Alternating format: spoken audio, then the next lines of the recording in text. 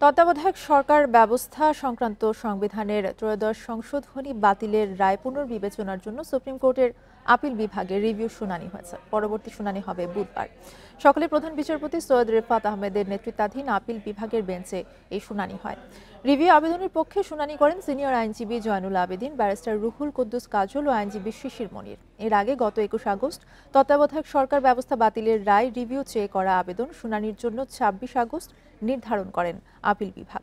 ২০১১ সালের ১০ মে সংখ্যাগরিষ্ঠ মতামতের ভিত্তিতে সংবিধানের ত্রয়োদশ সংশোধনী বাতিল ঘোষণা করে রায় দেন তৎকালীন প্রধান বিচারপতি এবিএম খায়রুল হকের নেতৃত্বাধীন আপিল বিভাগ। ওই রায়ের পুনর্বিবেচনা চেয়ে গত বছরের অক্টোবরে আবেদন করেন বিএনপি মহাসচিব মির্জা ফখরুল ইসলাম আলমগীর। এছাড়াও আবেদন করেন জামায়াতে ইসলাম, সুশাসনের জন্য নাগরিক সুজন সম্পাদক বদিউল আলম মজুমদার সহ ৫ বিশিষ্ট ব্যক্তি।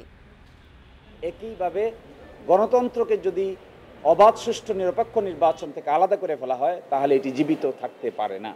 সেজন্য আমরা বলছি যে অবাধ, সুষ্ঠু, নিরপেক্ষ নির্বাচন অনুষ্ঠানের সবচাইতে বড় হাতিয়ার হলো নন পার্টি কেয়ারটেকার গভর্নমেন্ট। মাননীয় আদালত এই জাজমেন্টটি আইনের দৃষ্টিতে কোনো জাজমেন্ট হয় নাই।